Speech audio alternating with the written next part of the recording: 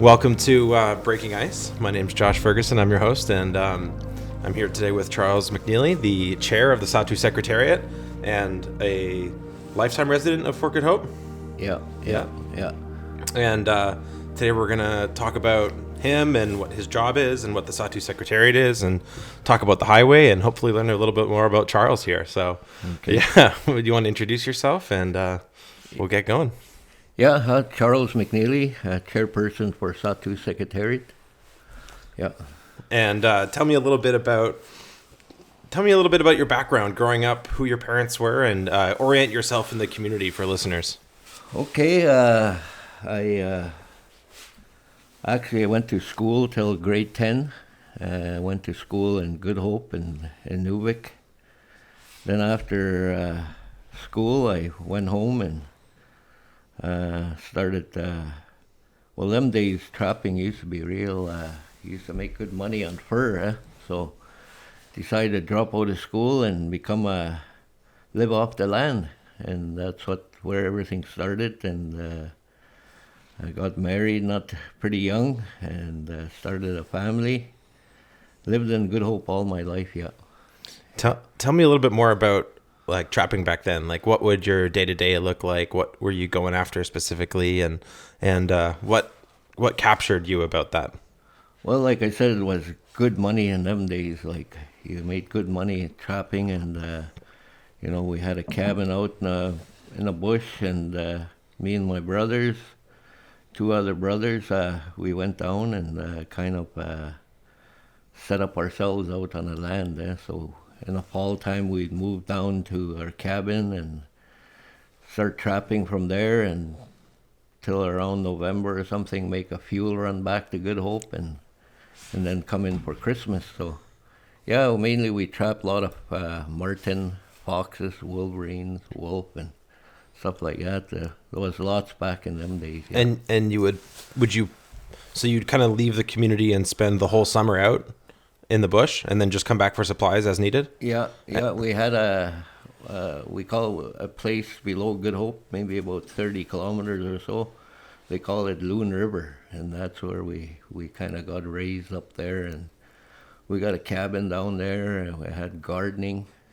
Dad was into gardening, so during the summer we'd stay there and make a run into town and grab what we need every now and then, and stayed there about a year round most of the time.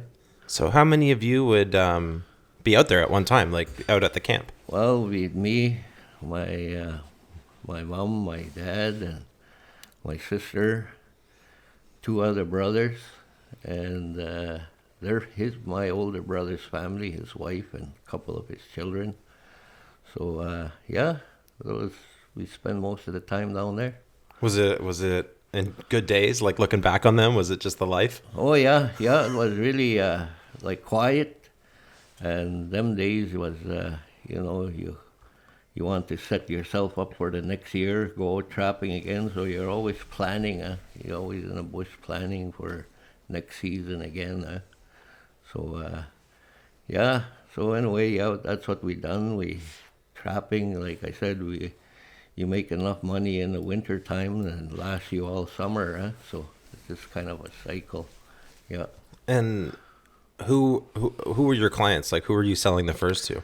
Well, we bring it to Arwood. We bring it to Renewable, and they send it down to Thunder Bay or somewhere. I think that's wherever they sell the fur, yeah. And when we bring it in, they give you up to $100 advance for a marten pelt. So say you got 30 marten, you could get $3,000 advance if you needed the money right now. But if you didn't, you'd send it out and you get your check around Easter time. And then when it was sold, would you get more money after it was sold, or the advance, or they would just buy it from you right after? Well, say I bring it there, and maybe one pelt would be $250. Gotcha. So they give me $100 advance till the payment come in. I see. Yeah, so we get it usually around March or something. Yeah. And kind of walk me through. Maybe tell me a story about just one of your days out there, or walk me through what that was like on a day-to-day basis, like what the energy was like, what the mindset of everyone was like, and what it was, time on the land like that. It's a special thing now that is less and less. Like I said, we spend time out at Loon River. That was our main camp, and from there we probably make about 150 kilometer circle, maybe 200. So we leave Loon River. We make sure our parents and the house, like we cut wood. We make sure we got enough wood cut to last us while we're gone, so Mom don't have to worry about wood or anything. Then we go out. We go for about 3 nights. We have about 2-3 tents on our line. So first day we go maybe 70-80 kilometers, and then we camp at our tent. And how are you traveling? By foot? No, by skidoos. Oh, okay, this is wintertime. Wintertime, Gotcha. yeah. So we go out in the winter, and we make a big loop. I think we call it a loop. So we do 3 nights out, and then we come back to our main camp and get ready for another one. So it's just like a cycle all winter. You're just making. So you're always busy. You got no time to sit around, and you're always planning on the next day.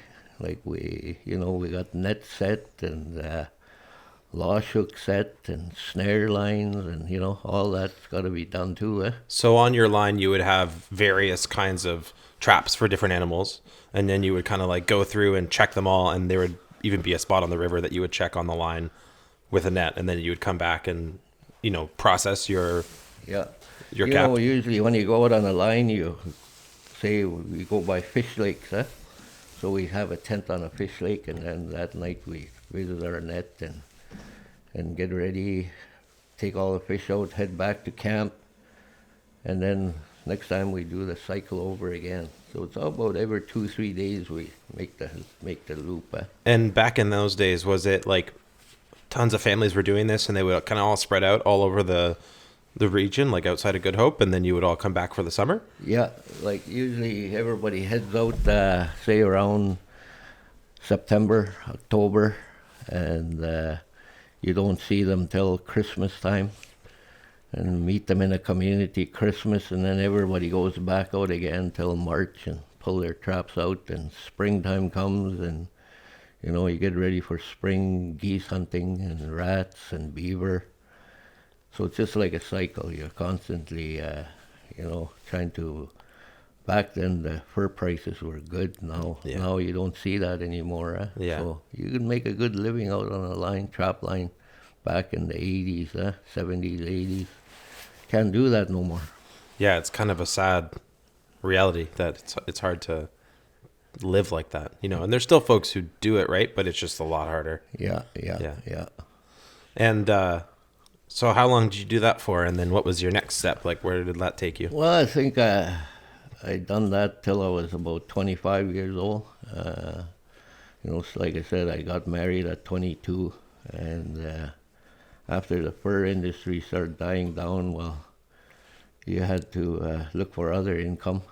So what we done was we done a lot of rig work back then, exploration work, oil and gas, and got class 1 and end up working for Sahtú contractors back in them days, and made a living off heavy equipment after that, and never did go back to trapping anymore because there was just no more money to be made, so couldn't make a living on trapping alone.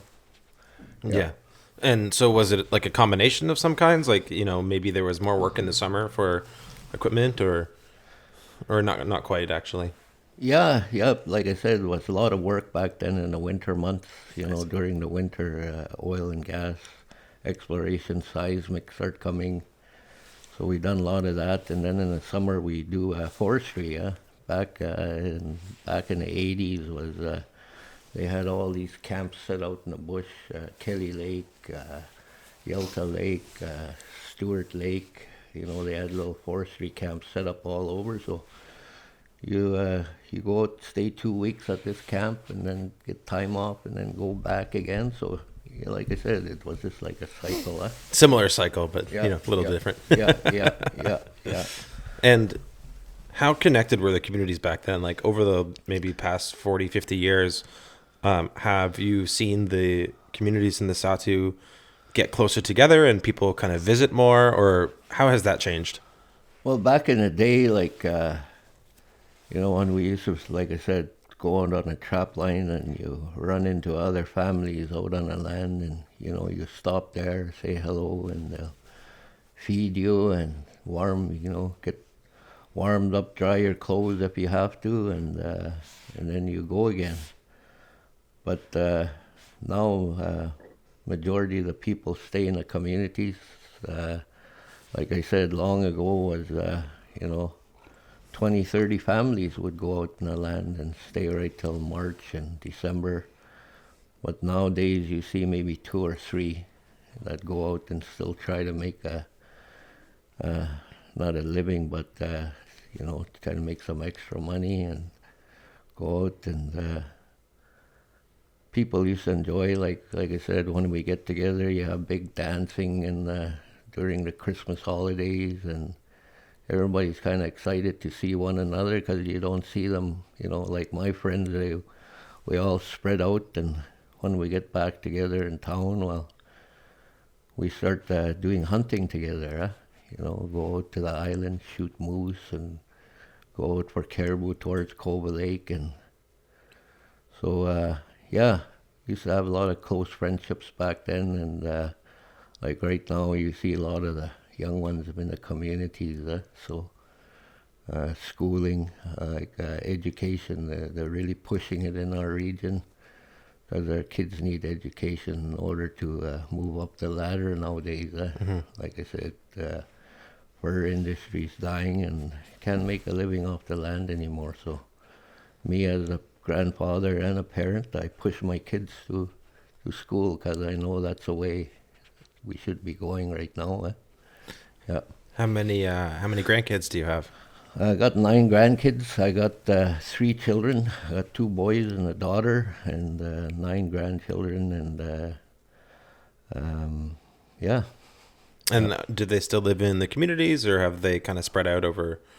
Yeah, well, my kids stay in the community, but I notice a lot of others, they go look for jobs and find jobs in Yellowknife, Norman Wells, and go training down south for whatever, in Fort Smith, and but I noticed that lately been a lot of young ones been trying to go get educated, so they're trying to go back to school. So I see a lot of that happening too. Is there a pattern of folks kind of, going to school in the communities, and then once they graduate, going to secondary education or any kind of training like that, and then returning? Is that common to come and kind of bring those skills home? Yeah. We like I said, a lot of them want good paying jobs, and little community like Good Hope, there's only so many jobs available, and so that's what SSI is looking at right now, trying to create,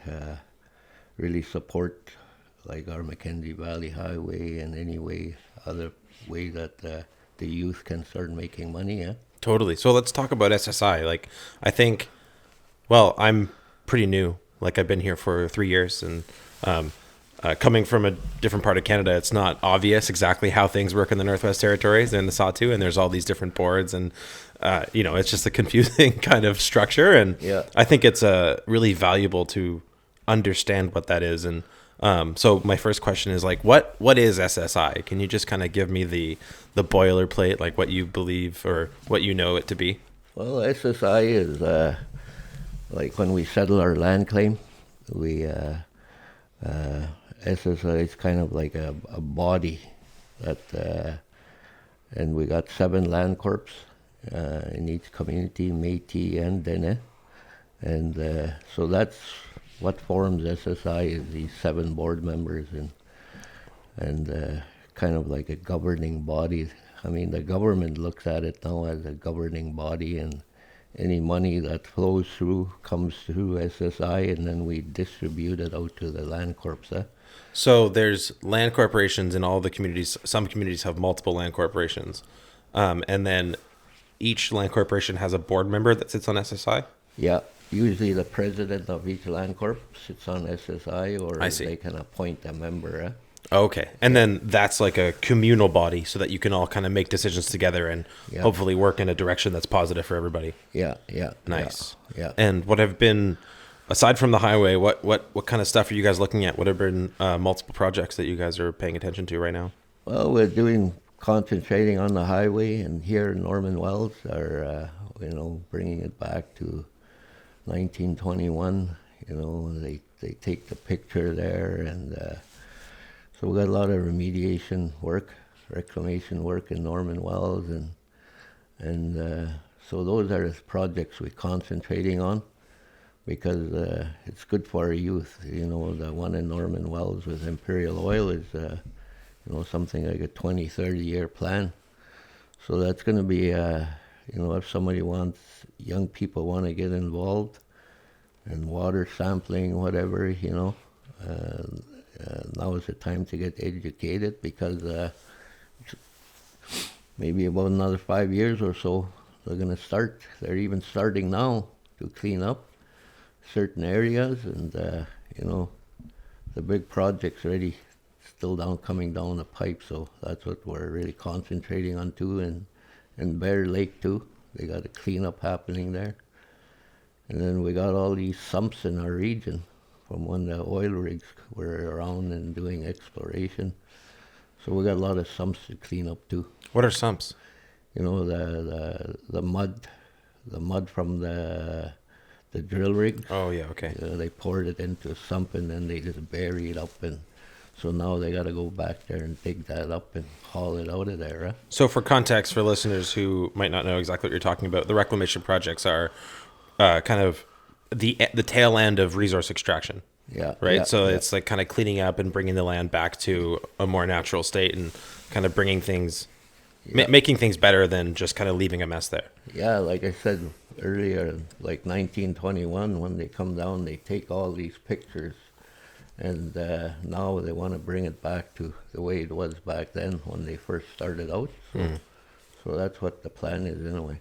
Yeah. So for listeners who are interested, here in Norman Wells, Imperial Oil has been operating for about 100 years, and it seems like they're coming to the tail end of their operation, and then this is going to be a really big reclamation project, because this is the biggest extraction site not in the territory, but in the Sahtu. Yeah. Right? Yeah. And then there's other like mines on Great Bear Lake and things like that are reclamation sites. Yeah. Yeah. So that's happening right now. I don't know how many year plan they got on that one, but like Delaney is right in the front line on it, because it's most affected community. So they're making their own decisions over there, working with the company. Yeah. So, your kind of call out to young people about, opportunities and the kind of where they could point their energy and their aims is to get educated so that you can work in these projects and help restore your land. Yeah. Yeah. Yeah.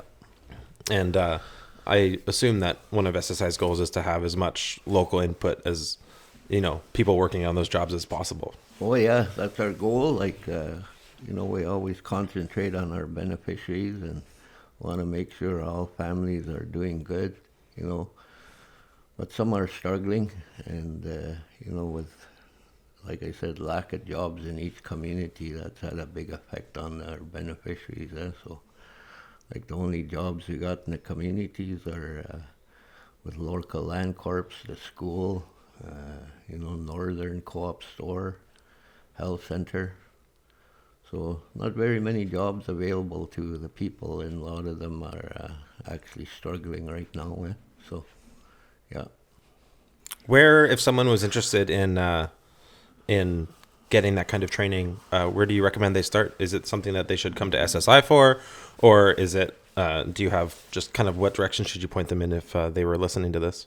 Well, you go to your local land corp building in each community.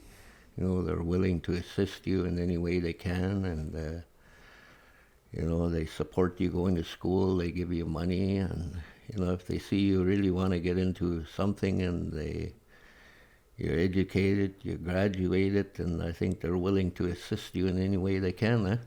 Yeah. Tell me if you think this, you agree with this, or if you've noticed this in your experience. But for people who are very interested in putting the work in and kind of like making those steps, there's no end of people who are willing to help you get to where you're trying to go. Yeah. Yeah. Like I said, like when I first started out with SSI, we only had like 3-4 employees, but now we're slowly building. We got an office in Yellowknife now. We got an office here in Norman Wells, a Sahtú Research Center.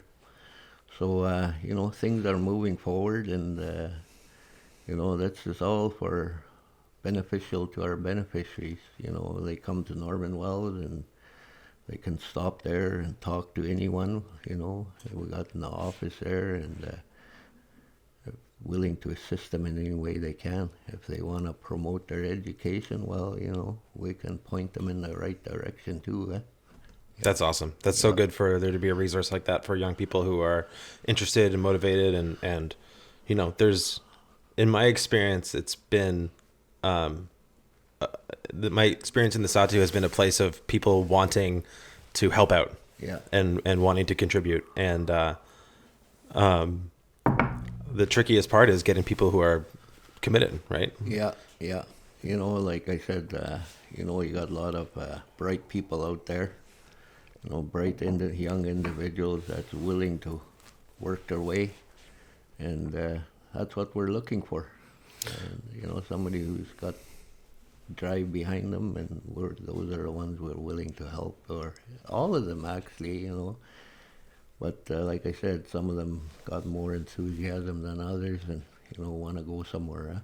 Yeah. So tell me about you getting your start in SSI. When, did you work at a land corp first, and then kind of got an introduction there, and now you're the chairperson? So did you start out as the chairperson? What has been your progression? I started out as under the Fort Good Hope Métis. I was a board rep. My uncle Winston was. Late Uncle Winston was president there. He was president for quite a few years, and he asked me to sit on the board, and I said okay. That was 2006. I started, Ethel and we pretty started around the same year, and so I worked as a board member, then as a vice chair under Ethel, Blond, and Andrew. I worked with her for maybe 4 years, and she stepped down, and then that's when I stepped it in her position to fill it till we got it filled, and that's where things started. I got elected as chair, and so enjoying it, yeah. So is the election process to become chair of the SSI, is that the land corps voting?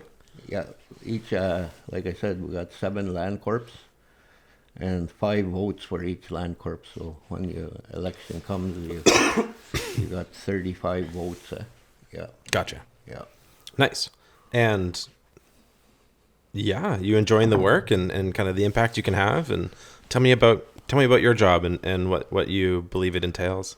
Well, like when I first started out, job creation, supporting our local contractors. And so when you start supporting your contractors, well, they need employees. So, if they get contracts and some of your beneficiaries go to work and, maybe they want to get into heavy equipment, you never know. And so we're always supporting beneficiaries and our businesses in our region, business development, job training, employment. Those are what we're looking for, get our people trained and, for the long term. Like I said, trapping industry is dying, and, you need money to go out on a land now. If you got no money, you can't get out there. And gas prices going up, food prices going up, so, it costs a lot of money to go out and enjoy yourselves out on the land now. So we need to train our people, get them trained and make money and build cabins out in the bush and whatever they want to do. That's what SSI is all about, is working for your beneficiaries. Yeah. And, what was my question? I was thinking about kind of how the land has changed and how the impacts of climate have, in your lifetime. Can you kind of give me a sense of how you've seen things change and how you feel like that's affecting the Sahtú, or maybe presenting challenges? Well, like I noticed in the last few years, the water level has been really low. Sandbars where you never expected to see a sandbar, and lakes are drying out. Fishing, we used to go fishing in some of these rivers, and you can't even make it up the mouth now in the summertime because it's too shallow. And that has a big effect on us. Like you got washouts on some places in the river, landslides into the Mackenzie. They let the fires, forest fires, they just let it burn now. If it's not affecting any community or any cabins in the bush, they just leave it. And it has a lot of effect on our wildlife, and on the habitat too.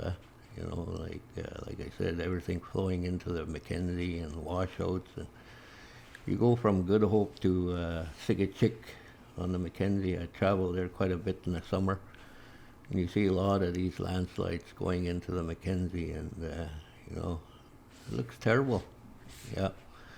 So it has a big effect on us in our region, is the low water level, and so that's why we're pushing hard for our highway. And other than more traditional harvesting methods, the impact is on freight. Oh yeah, bringing up the barges. Tell me about that and kind of the recent challenges the communities have been facing, specifically, the river communities. Our resupply, every year we get 2 or 3 barges into each community along the Mackenzie, and last year that hasn't happened.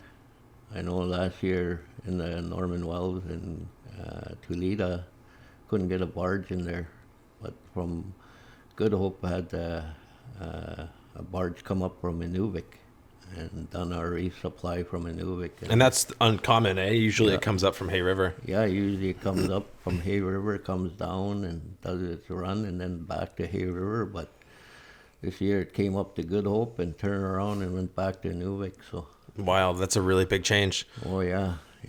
And I talked to a friend there that went hunting for the weekend down the river, and they had a barge that was stuck on a sandbar at Little Chicago. And he said probably a day or so they had to get another barge from Inuvik to come up and pull him off that sandbar. Yeah, so that's a big job. That's not an easy problem to fix. Oh yeah. Mm-hmm. And naturally, supplies not showing up means that it's all got to come in on the air. For listeners who don't live in the Sahtú, the communities here are only connected by roads in the winter when we can build winter roads here. So yeah. Otherwise they're isolated. Yeah. And there are traditional means of travel through the river mainly. And that's the freight lane in the summer is the barge. So if you can't get supplies in the summer, then prices go up, right? Because it's air travel. Yeah, like big ticket items, like like new washer, new dryer, everything like that. It's all prices are way up, eh? Yeah. And groceries too, like if it's got to be flown in, well, it's going to cost you more, eh? So, yeah, gas is more expensive. Space is limited. Yeah. Yeah, like gas constantly going up too, prices going up, fuel going up, and I know in Good Hope, for example, that's where I live, and I see the land corps trying to do all their best to help out each individual, trying to get them back out on the land. They're getting wood for people, like I said, the fuel prices are so high. So a lot of people are getting back into burning wood, and that helps offset the cost. and I burn wood. yeah, and power, the power bill, that one's really Yeah, that's, affecting the people too. if you want to lean back, you can just pull this with you, and that way you don't have to lean so far forward. Okay, that's good. Nice.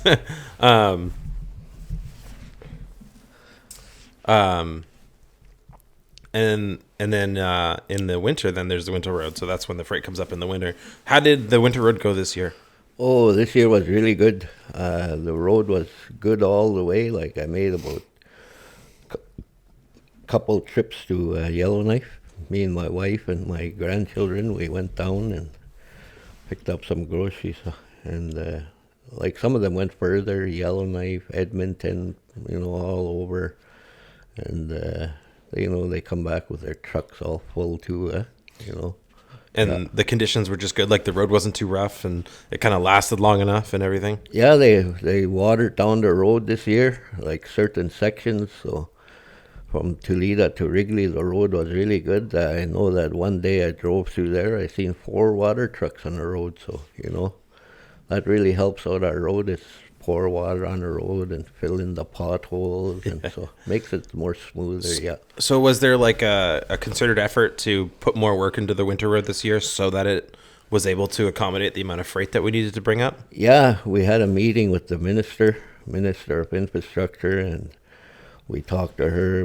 Like someone was saying something like 200 loads were coming up, and if you just leave the road like that, it gets dangerous in the end, ruts. And so we told them that to keep that road maintained, because a lot of the public wanted to go out and use it too, not only for freight.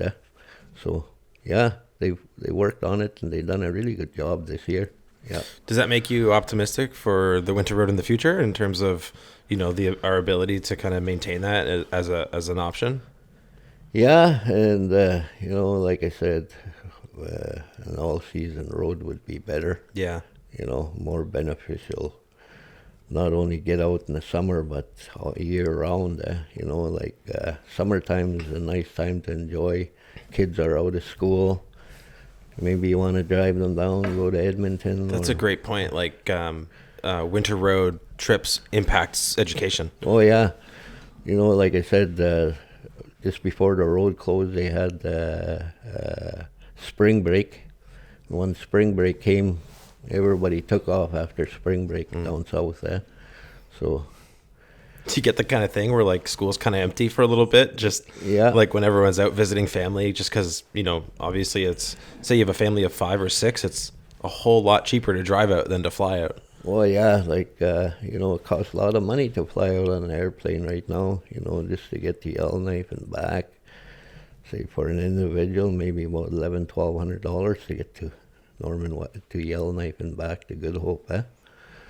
So, and then, but during, like I said, if we have it during all-season road, then, a lot of them would be down there in the summertime and just driving down and enjoying what other people enjoy too. Yeah, absolutely. Yeah. Well, what do you think are the, maybe in your most optimistic of views right now, do you imagine this road will be, in the next, 3 to 7 years or something like that? Or, how do you see this progressing? Well, like I said, SSI, we've done all what we could, to make it become a reality, and we wrote the government, federal government, and everyone else, and I guess funding is the main issue right now. We're hoping they'd pump more money into it, and I think they would, and do a lot of lobbying. That's one thing we got on our agenda is lobbying if we have to, and we got to spend money on that too. So like I said, we got to watch our budget too. Yeah.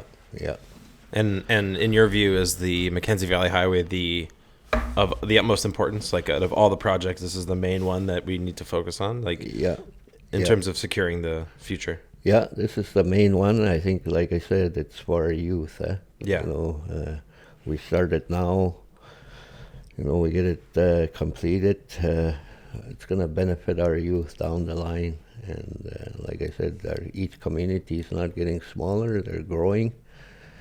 You go to travel in the Sahtu, you go to each community, and you see a lot of children, a lot of children running around, and that's our future there. So that's what we got to concentrate on, make sure the doors are open for them, traveling down south, and education, and you got a weekend off, maybe you want to drive home instead of, you don't have the money to fly, well, you can drive. So yeah. Well, it's opening the doors. Yeah. And obviously it would bring down gas prices and food prices, and you could bring those supplies up as they're needed, as opposed to kind of stocking them all at once. And then in a crisis, there's also a safety factor, in terms of fires. Yeah. So we're just hoping things would get better for us. Not hoping, but we're really fighting for it. And maybe, like I said, beneficial for our youth down the future, down the line. Like, after we get our all-season road, you're going to need heavy equipment operators working on the road, maintaining it, and truck driving, hauling freight in, and the corporations are talking about hauling their own freight into their communities, and jobs will be available. Yeah, well, not to mention the building of the road, right? Like, that could be a massive economic boost in terms of just people getting involved in that, and that would provide training and opportunity and experience, and that could make a big difference in people's lives. Well, it's like you see Hudson contracting when they done the road to Canyon Creek and then on to Prohibition. That created a lot of work for Sahtú beneficiaries. You've seen a lot of them working there and rotation basis. And so Hudson done good. He done good for the people, hiring them and trying to get as many as he can working and getting them trained. So after we get the highway starting, we're going to get more of that too. So we're trying to get our workforce built. Totally. So with the Mackenzie Valley Highway, in terms of how it's planned to be constructed, does that follow more or less the winter road path? Yeah, pretty much. Yeah, it's pretty much on the same path, and like I said, each year they're widening it out the road and cutting the willows and upgrading it. I see. So there's even work being done through the winter road to prepare for the Mackenzie Valley Highway. Yeah. The bridge. You drive from here to Good Hope this winter. You've seen all the gravel they got beside them bridges. They're kind of building the ramps. They're all year they deteriorate and they get more steeper. So now so every year, they've been doing stuff and slashing blind corners and stuff like that. So that makes sense. Yeah, because there's an opportunity there for easier travel to get out to those places to do that work. Yeah, because in the summer it's muskeg. Oh yeah, right? yeah. A lot of muskeg.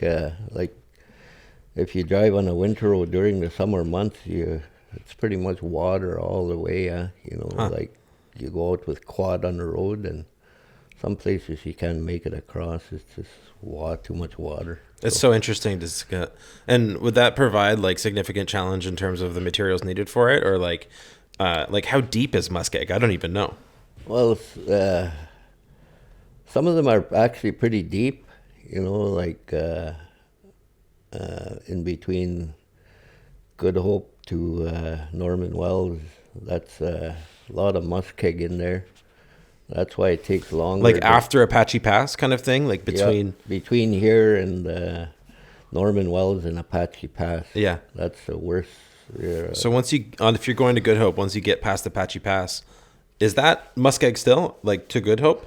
Not really here. Kind of like on gravel ground from there. I see. You follow the ridge of the hill all the way to Stella's, and you're passing them hills. Yeah. So you're kind of like on higher ground. Above the water table so much. Yeah.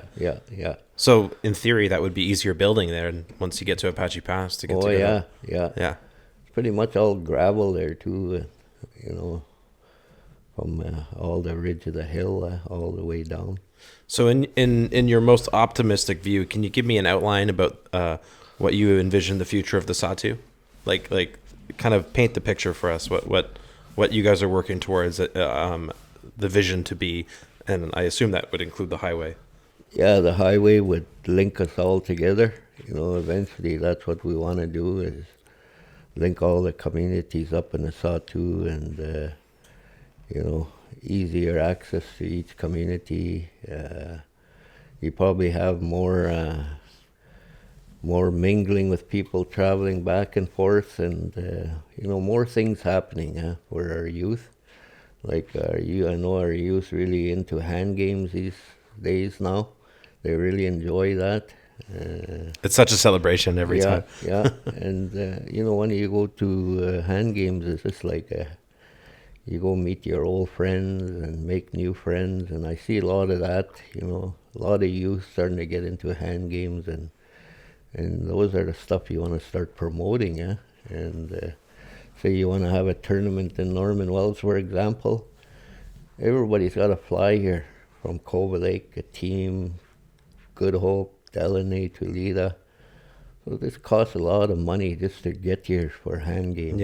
And so that's why that road would be beneficial to us, not only for that, but for a lot of other things too. Well, the obvious reasons are, of course, economic reasons, right? But there's this kind of like hidden cultural boost that would happen from the accessibility that the communities would have with each other. Yeah. Do you think that there would be a little bit of a resurgence of kind of spending time on the land? Like there would be more accessibility in the summer in terms of the locations between the communities. Do you think people would spend more time out on the land with the road? Oh yeah, they'll spend a lot of, like all my travels on the all-season road, and then you see cabins ever so often on the road, and a lot of people enjoy that. Like I said, it's just a cost to get out. Yeah. And not only by like during the summer, only way you can get out is by boat. Mm-hmm. And this way we have all-season road. You'll have people going out all year round. And of course, in the summer, if the only way to get out by boat, not everyone has a boat, not everyone knows how to drive a boat, and not even the barrier is more than that, because you need to know the river. You need to know where the banks are. You need to know how to read the water. And there's a massive current on the Mackenzie River. It is a fast river. Mm-hmm. So there's a risk there in terms of learning that kind of stuff. And especially for you guys right next to the ramparts, like that's no joke. Yeah, and then they got to, each region are trying to, with setting up their wellness camps. That's what we're trying to do in each community. Mm-hmm. Is set up these wellness camps and bring our people out on the land that are struggling with drugs and alcohol, and get them out there. And that's the most healthiest place to be if you're trying to sober up or get away from the just want to be alone for a while. And I think all the communities are really working on that now. It's our wellness camps, and you see that happening in Good Hope. Culture camps happening, bringing youth out there, training them how to skin, do moose hide tanning and duck plucking and dry geese making, and Yeah, the biggest barrier to engaging in the culture is exposure to the culture. Yeah, right. Yeah. And if there's definitely something to be said for living in town and being all together in that way, but there's so much of Dene and Métis culture that is spent out on the land, right? So you need to be able to get out there to practice that kind of stuff. And have you noticed that, like, an uptick in engagement with youth and people being motivated to learn more? Yeah, I see. During the summer, I see a lot of. We got what they call them, the guardianship. They do a lot on the land, bringing youth out on the land, and you got other individuals that's setting up camps and taking youth out on the land, and we're really teaching them how to live off the land. Like I said, nowadays not much people go out; they stay in town, because of education-wise, trying to get their kids into school and moving them. So in a way, the Land Corps and the guardianship, they're trying their best to bring people out on the land and start, 2 weeks at a time. I see a lot of that. Last year they had a lot of that, 2 weeks. Come back to town and take another group out for 2 weeks. So it's working. Yeah, that's great. Yeah. And have you guys noticed a significant impact on, like, time on the land has on addictions? Oh yeah, myself, I struggle with alcohol back in. I've been sober for about 20 years now, and I work with late Charlie Barnaby. Just him and I went out to his bush camp, and I stayed with him from after Christmas right till June, and I helped him with daily living. Was this your transition to getting sober? Yes. Yeah, okay. So that's where I went. I went out on land for 6 months, and I stayed with him, and just being out there really, I learned a lot from him. I kept a daily log when I was out there every day. I go through it, and you could see you're never sitting around. You're always busy, so it's good, health-wise. Totally. Yeah. Tell me more about that experience. Like, what motivated you, and what captured you to do that? Well, like my grandchildren, like they call when you're in abusing drugs and alcohol, and then it's like a cycle. And my parents were in the same boat too as I. Had drug problems.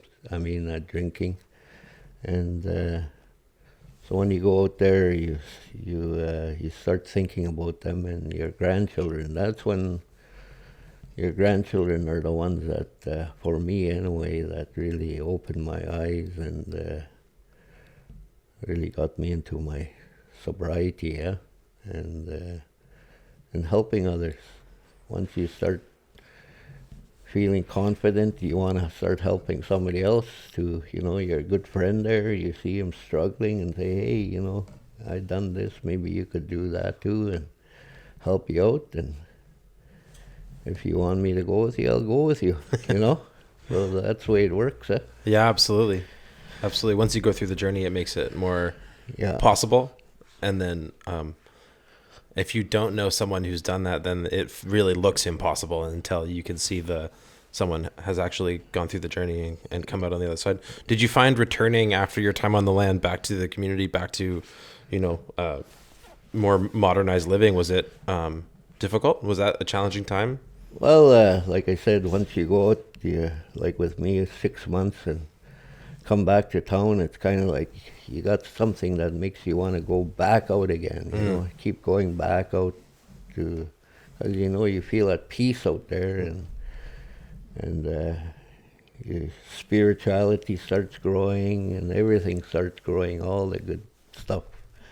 So you're kind of really looking forward to the weekends now, because weekends you want to go out on the land now. Yeah. Do you have a particular spot that is special to you out in the land? Like, obviously the land as a whole is a special place, but where do you go back to the most? I like going down to Little Chicago, they call it. It's about 90 kilometers below Good Hope. Do a lot of moose hunting down that way, geese hunting. Every spring we've been going there. We fly down with a chopper. Chopper drops us off, say example Thursday, come pick us up on Monday. So that's where we do a lot of hunting. Not only me, but our community. We do a lot of hunting down the river too, so that's good country. So is Little Chicago a tributary to the Mackenzie? Yeah. It's just a place where all the migratory birds kind of go and hang out there for a little bit before they move further north.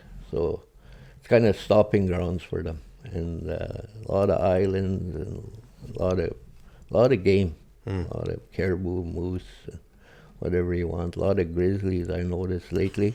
Yeah. That's kind of spicy. Yeah. There's a lot of grizzlies. Never used to see much grizzlies long ago, but now we're starting to see more of them down there. Like last year, I seen a mother with 3 cubs. And Whoa. usually you don't see much of that. So now I think they're coming back now. So From the other side of the river, eh? Because they kind of live in the Mackenzie Mountains more. Yeah. So around Little Chicago is like a lot of mountains. What side of the river is Little Chicago on? It's on. Is it on the side of Good Hope? Yeah, on the side of Good Hope going downstream. Yeah. I see. Yeah. Nice. Yeah, and they have a old airport there. Like a strip? Yeah, they used to have a oil camp down there. Like a lot of exploration was happening there in the 70s, I guess. And so they got an old airstrip there that could be fixed up and usable. Yeah, so that's where everybody goes anyway. And do you view that as a place for like a wellness camp or something like that? Or is that more closer to town, just a little bit easier to access? Well, I talked to the Land Corps and they're brainstorming. They got a few ideas. They got a place they call Grandview. Mm-hmm. That's about 60 kilometers below Good Hope. And that has an airport there too. Okay. And used to be owned by the Sorensens, Fred and Irene Sorensen. And so that's what they're looking at now there. And Little Chicago, maybe they'll fix the runway. And, so there's a lot of options they're looking at right now. But that's part of the wellness plan anyway. Yeah. Yeah, it would be cool. Obviously, there's a big barrier to kind of constructing buildings out in the bush, but it's not impossible. It's just hard to do. Yeah. And having a airstrip would be extremely helpful. Having Northright bring stuff in on the Twin Otter, and obviously planes are better at hauling than choppers. Yeah, for sure. Choppers are expensive, eh? Yeah. Like when we fly to Little Chicago, when we settle our land claim, we made a deal with Canadian Helicopters, and every year we get 10 hours of flying time for our deal that we made with them. So we use that for our spring hunts, to haul maybe 4 trips out and back, depends on how far you go. And if you go over your 10 hours, well, you pay the difference, eh? Yeah. Yeah, so that's good. That's been helping us out quite a bit, like bringing our birds back to town. And, it's not only for me. If I bring 10, for example, I bring 10 geese back home, well, 8 of them will go out the door and I'll keep 2. That has been my experience. Is everyone I've connected with in the Sahtú has been overly generous. Like in Delaney, people just giving you fish, and in Good Hope, I've received game and fish as well from Colville Lake, and people are so generous in terms of just sharing what their fruits from the land, and it's almost overwhelming. Oh yeah. We do a lot of that, a lot of sharing with one another. Get a moose come into town, and everybody knows you got a moose, and they'll drop by and go ahead, cut yourself a piece, and share it with everybody. Everybody's happy, and next time you out of meat and you go to your neighbor might have moose, so you go there and do the same thing. So it's kind of like a cycle that works both ways. Well, everyone's out here trying to make it, right? And it's a real place. There's no doubt about that. Oh yeah. Yeah. What do you think are the biggest barriers for the Sahtú in terms of kind of achieving that future? Like, do you have anything that you want to put out there in terms of an invitation for people to participate in some way, or maybe organizations to get together? Maybe I'll start by saying we got a big workshop coming up in Good Hope about our drug situation in each community. And we're going to be brainstorming, what might work, So when we come into, usually we have our AGM once a year too, and that's where everything comes out, hardship in each community is what Land Corps are struggling with, and what the communities are struggling with. So, that's those are the things that us as an executive with SSI, we like to hear from the people. What might work, what can work. We get a lot of our advice from our elders too. We got a lot of elders that are really willing to help us out, and we always keep them in mind, and because they always seem to have a way out the door, you call it, or how to open the door. Because they're smart people. They, back in the day, they didn't have what they have here today. You had to be a tough guy back then to make a good living, and you could see that in them, and they give good advice to you. So we do a lot of listening to our elders. Yeah. And is there any closing thoughts? Anything that you want to kind of put out there? Obviously, I've noticed a massive effort in terms of working on getting the highway built, and I think you guys are doing a great job. Yeah, we're trying our best. Like, we got really good staff now. We got, like I said, we're slowly filling up our positions within our organization, and we're slowly moving now forward. Before we didn't have enough employees. Now we got Doug Matthews, we got Val, we got Todd on the highway, Macabella is our economic development officer. So you see our office is starting to get full now, and then once you start doing that, you can start flowing all that to your beneficiaries. Like, this is an opening, jobs, and like I said earlier, training is the most important thing in our region. Training our youth to be, whatever they want to be. We'll support you. Maybe they want to be pilots or whatever, Certainly we can really help you out in that way.